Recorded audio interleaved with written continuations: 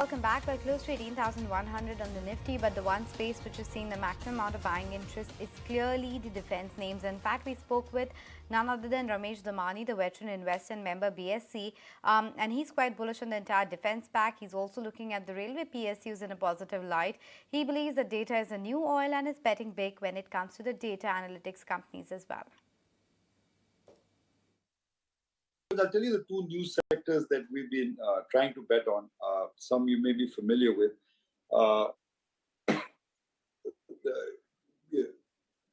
Data, as everyone keeps telling you, is the new oil. I mean, that's now a well-known fact out there. Now, data has a lot of components. You've got to aggregate it, you've got to analyze it, you've got to put intelligence out of it.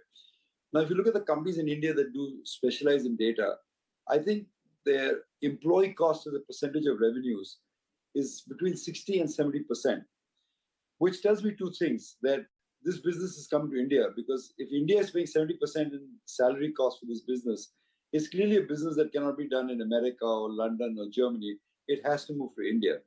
So there are a lot of new companies in there that are using data either to aggregate it in a database or ship it out in intelligent forms. So I think the first sector of new ideas, if you wish, is we're looking at those set of companies, because we believe that the cost basis of that business also almost ensures, given that we have now good telecommunication and cheap property prices, that the business will shift to India.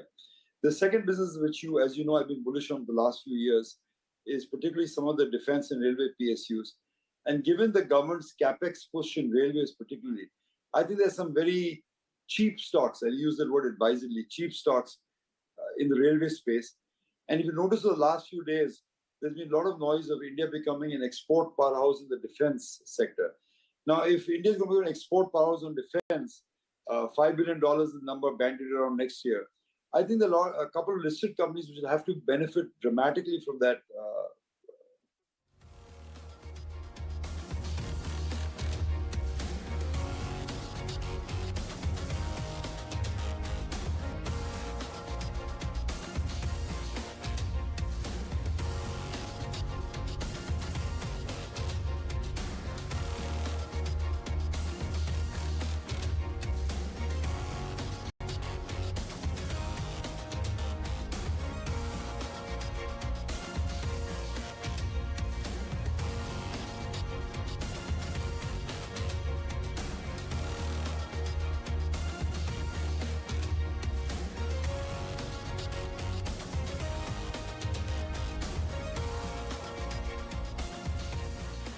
Okay, defense it is then, and that's the one which is really hogging all the limelight.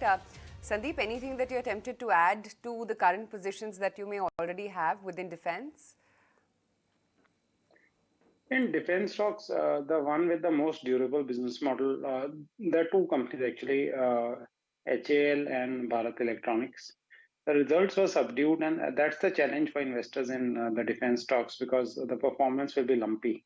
I think investors need to ride through that, and that's how they need to see it. HAL is a bit stressed on valuations, and BEL, after a couple of quarters of slightly below par results, has been stagnating for some time. So I think these are the two one should keep a lookout on.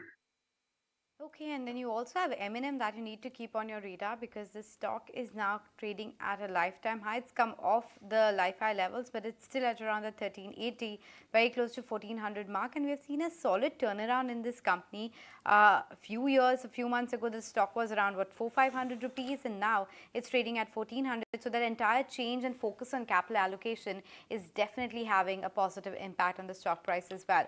But Kunal, from the entire auto pack, is M&M the top bet, or does something else like Tata Motors catches your fancy? Yeah, Tata Motors, of course, is one of the attractive stocks even at current levels. M&M has done exceptionally well. I think from 2022 mid-lows, where the stock was at 750 levels, it's gone into a different tangent altogether and picked up good pace for itself. But then I think the likes of Tata Motors, even Maruti, I think at 8,700, 800 mark, have been a tad bit underperformers. So these stocks can make a strong comeback for themselves. The recent 2 months of chart patterns for both of these names, Maruti when it was sub 8,000 levels, Tata Motors when it was sub 400 mark, I think both these stocks, they've formed attractive base for themselves. So if we assume that the recent lows are not breached, then I can expect that these stocks could build up very good pace for themselves. So it all depends on the risk appetite, because M&M is a stock which is traditionally very low beta. It's established itself in this manner in the last, I think, 1 year. Maruti and Tata Motors are slightly higher beta. So it depends on the risk appetite of each individual investor. Right, okay. On that note, we'll let Sandeep Sabharwal go. Sandeep, great to have you on the show as always. Thanks for taking the time out. Let's take in some more trading ideas then from both Kunal as well as Naresh. Kunal? Well, I will go with Divis as the first stock to buy. I think that stock is heading towards a big breakout for itself after a series of negativity. The stock is trying to form a good base at the 2,700 mark. So keep a stop loss of 2770, stop loss and targets to be kept at 3,000 for Divis. And SRF is the other stock which is also given a breakout above the 2,300 mark. That's also a buy, expecting this 200 DMA to be a strong breakout for SRF. Targets of 2,450, stop loss 2250. Naresh, what about you? What are your closing trades at this point of time? So that would be Indraprasth Gas Limited, continued like the whole oil and gas space. We've seen ONGC breakout. We've seen MGL also break out today. The next in line is IGL, which the recent swing high is around 440, 45. And it's very close to it, even tested 440 today in the day. Expected to break out in the near term. And once that happens, we expect a quick move towards 480, 500. So IGL it is. Okay, so that's the closing trade coming in. But Kunal, since you've already given us your BTST ideas, let me ask you about the closing trade that you're executing at this point of time. That will be AB Capital at current levels of 147. Looks attractive. In fact, most of the NBFC stocks, they are trying to make a strong comeback, whether it's M&M Finance, L&T Finance, even AB Capital. So I'll pick up AB Capital as of now. Okay, time now to slip into a very short break. Don't go anywhere. We'll track the last 30 minutes of trading session on this weekly options expiry day when we come back.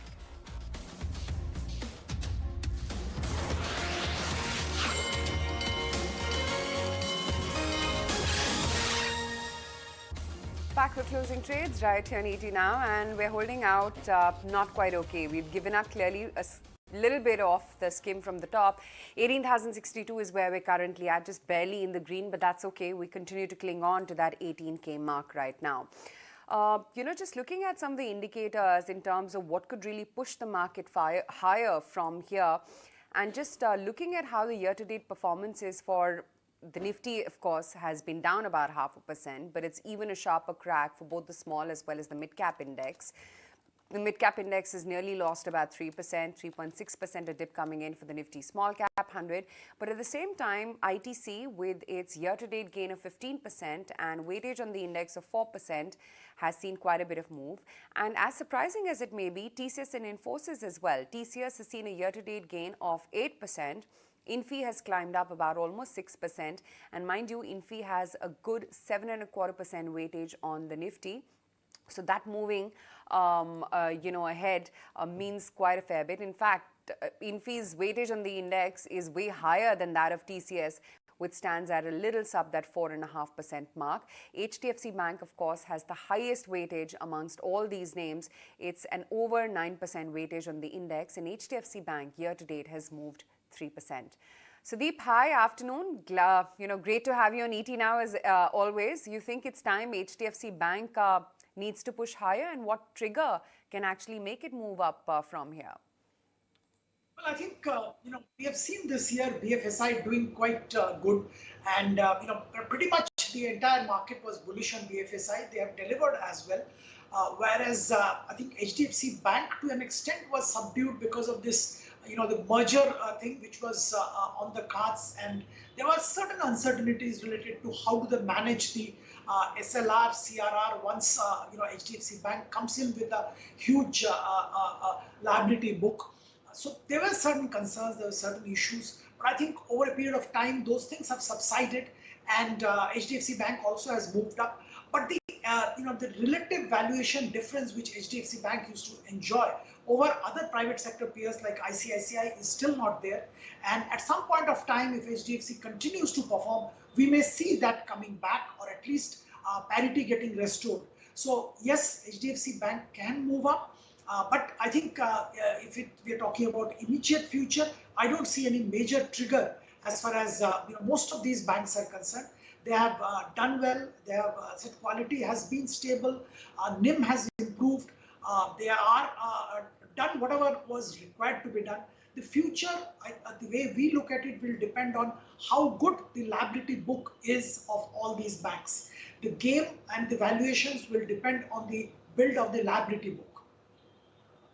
So liability book will hold the key going forward as to which banking name will really outperform. But Sudeep, after this earnings season, we have seen that a lot of these new age tech companies have seen a massive run up. There is increased confidence in that path to profitability. But after this run up, is there still any name that you would keep in your buy list, or it continues to be an avoid? Well, I'm still not, really convert. I'm still not recommending buy in any of these names. Look, somebody reducing the loss at EBITDA level and things like that doesn't really mean much. One has to see, once you are listed in the public space, one has to see these ratios. The key one of them is PE multiple.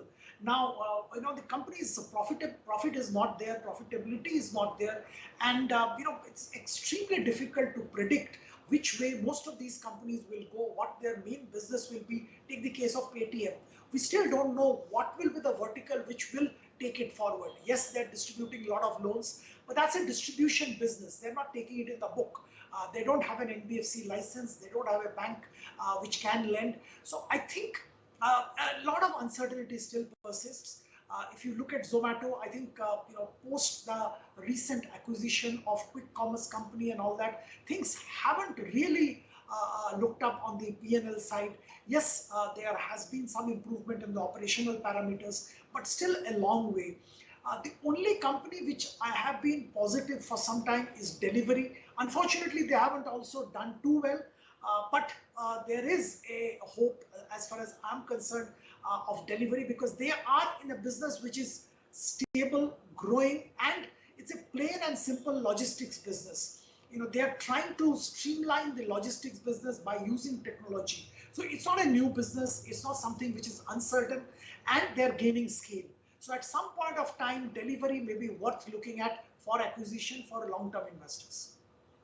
But let's circle back and talk about the big buzzers from the large cap universe today. It's ONGC and Tech Mahindra. First up, let's try and understand what's happening with Tech Mahindra, because it's the entire buzz around the CEO appointment. We spoke with the management and asked Mr. C.P. Gurnani his take as to where they are in search of the new CEO, because it's on record that the company is hunting for a fresh one. We spoke with him at the end of January. Let's listen in what he had to tell us then.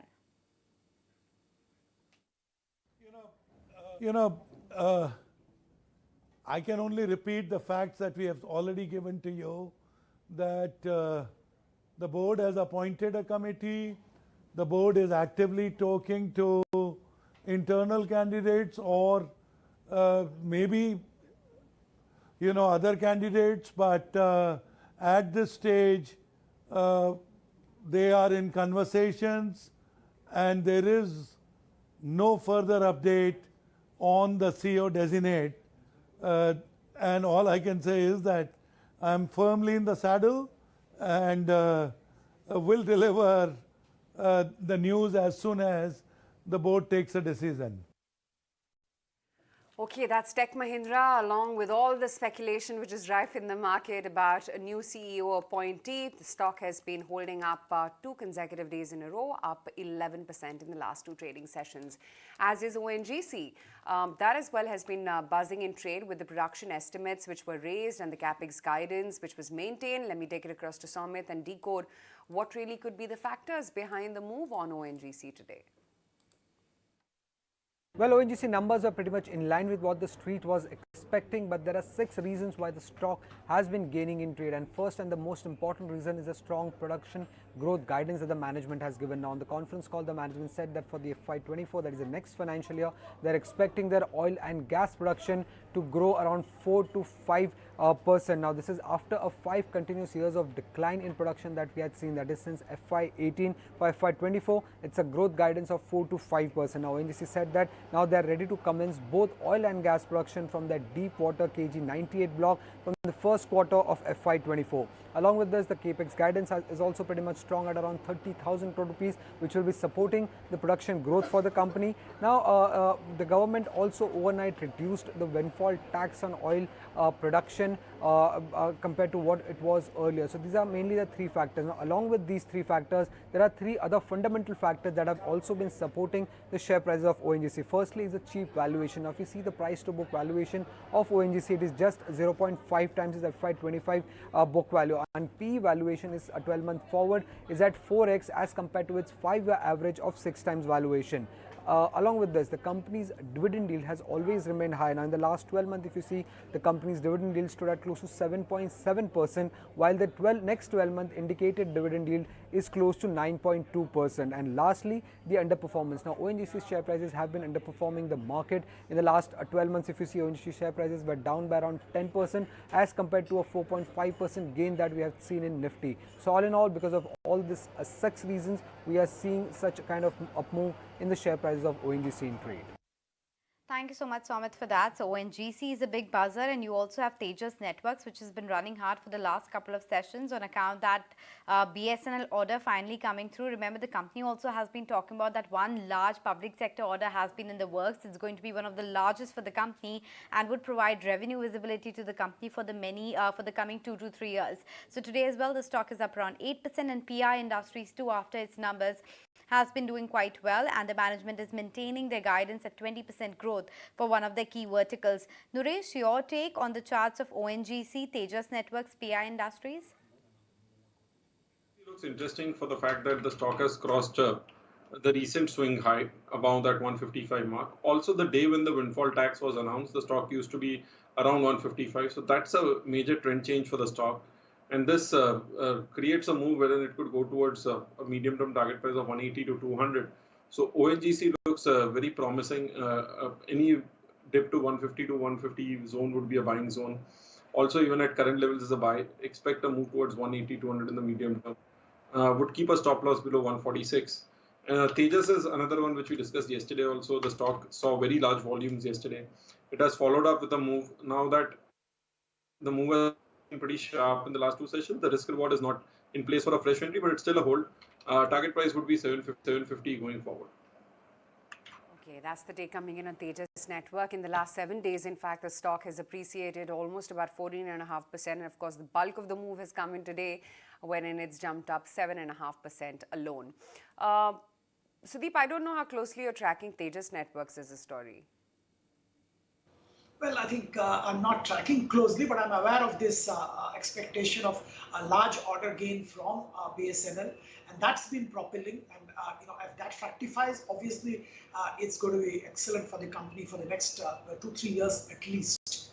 Probably this will be the biggest order they have ever received, so good for the company. The take coming in on Tejas Networks, but Kunal, what about ICICI Bank? It's been giving these very volatile moves, one day up, one day down. You have been quite positive on the counter. Does that view really continue? Yeah, it continues for ICICI Bank. It's a significant change of trend for the stock. So from being a stock which was more of a sell on rise, from 950 levels, the stock is now becoming more of a buy on dips. It's a classical breakout for ICICI Bank. The stock has confirmed a breakout of a downward sloping trend line from that 950 odd mark where the stock was trading 2-3 months back. And at this point of time, it's just about taking some time to break out of the 50-day moving average, which I believe could probably happen in the next couple of days for ICICI Bank. I would maintain that bullish stance, and my expectation is that the stock should gradually move back towards that 950 levels whenever this breakout of 875 happens for ICICI Bank. And the conviction on Reliance also, I'm guessing, stays, even though it's a bit of an underperformer today. Yeah, I think it's more of a risk-reward play, Aisha. So, when you're trying to buy the stock at the lower end of a curve of consolidation, the risk-reward is always in favor, and especially when the triggers are set for the stock in terms of indicators. So, what we are playing for is the next 1 to 2 months, at least a 10% up move from those 2,300 mark. Okay, the other sector to track is clearly the aviation sector with the entire news flow around that big order that Air India has placed. Now, while this is good news for Air India, the other companies like IndiGo and SpiceJet have been reacting a tad bit negatively, increased competition coming to the fore. And of course, Interglobe Aviation today, there was the large deal that happened. Actually, SpiceJet is up 11% today.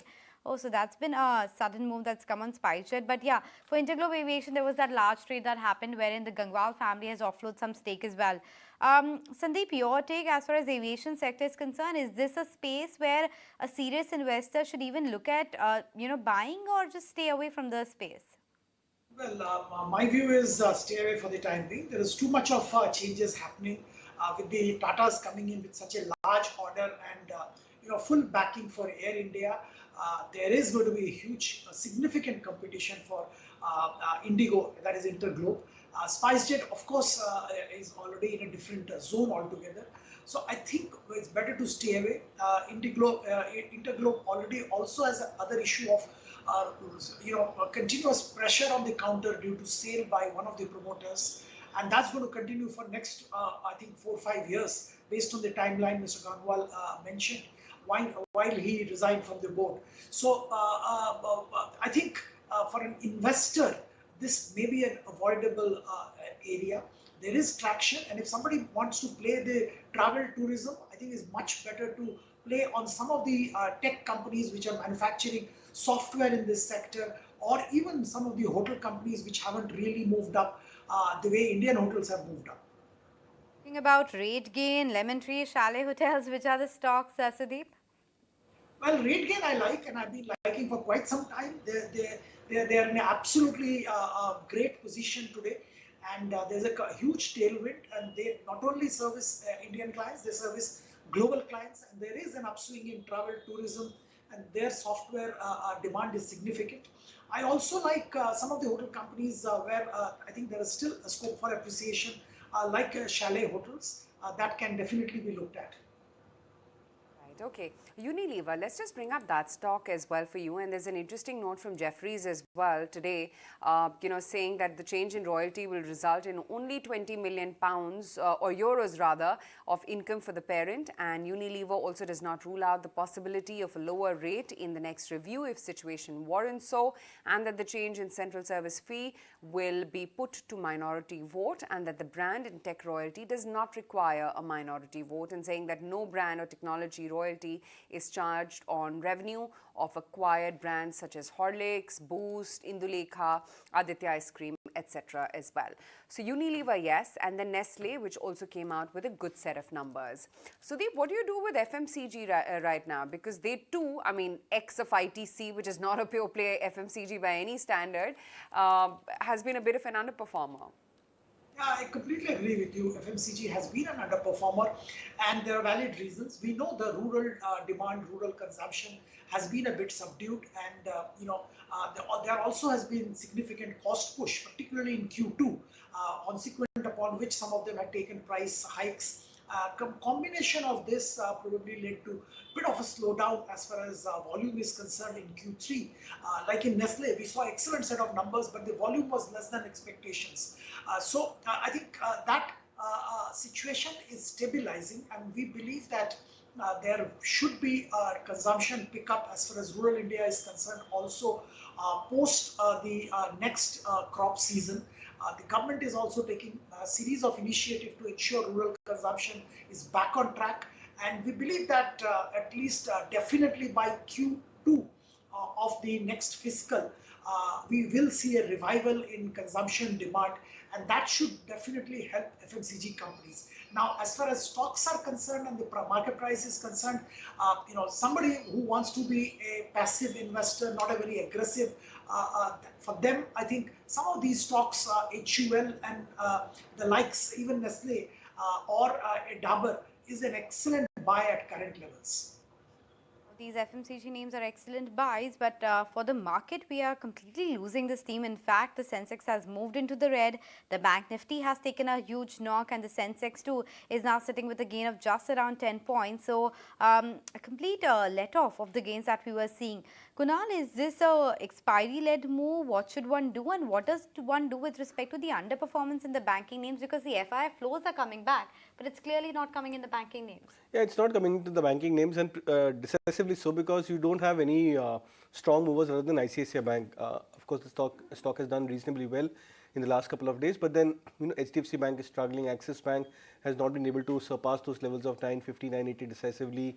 Even the likes of Kotak Bank had shown a good move earlier, but then the stock has fizzled out somewhere at the 1770, 1780 odd mark. So there are hardly any larger cap names, and my sense is that the last half an hour, 1 hour move is purely based on the expiry.